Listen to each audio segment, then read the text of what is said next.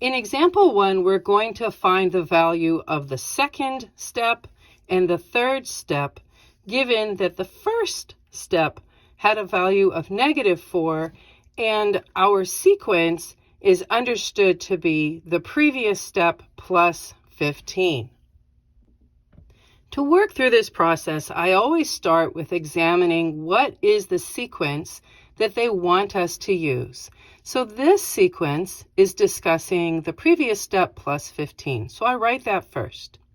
And I need you to see that this is the framework that we're going to use to go find our needed values. So to make it even more clear, wherever the previous step is I write a box around it to tell me, to remind me, this is what I have to fill in a value for to as a result, change my answer and get new values. So then I write the value that I know from the previous step. A sub 1 is -4, so I write that down. And then I come through and I write out this framework. So I know that it's the previous step plus 15.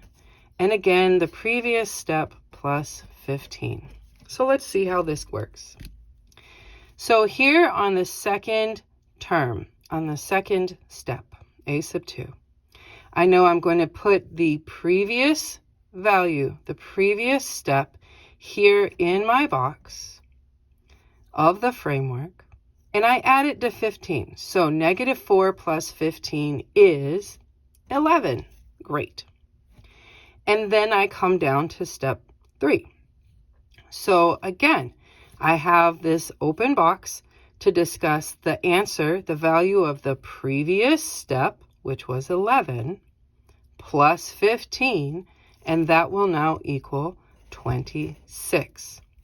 So 11 is the answer, the value for step 2, the second term, and 26 is the answer value for the third step, the third term. And there you go.